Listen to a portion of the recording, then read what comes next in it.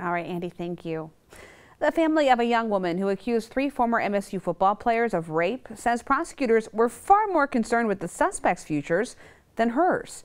They sent a statement to us after reading prosecutor Carol Seaman's explanation of the plea bargain the victim agreed to.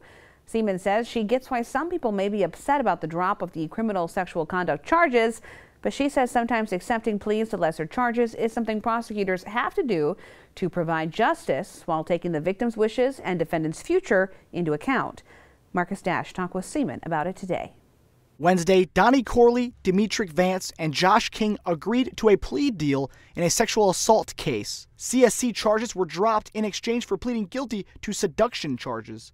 Prosecutor Carol Seaman agreed to let them be sentenced under the Holmes Youthful Trainee Act, which would erase their records if they finished their probationary period. We want to make available options so that they don't have a felony conviction tracking them their whole life. Seduction is a statute from 1931, making it illegal to have sex with an unmarried woman.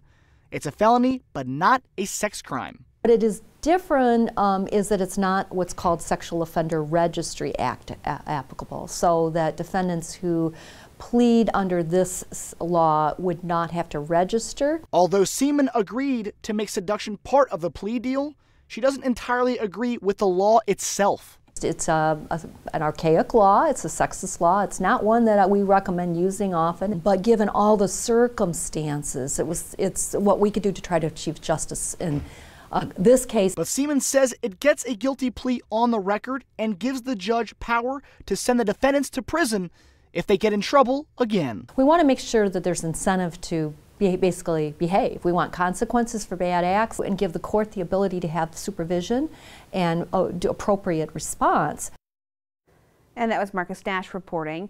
Seaman says the victim's wishes, public safety, and records of the defendants were all considered before making the deal.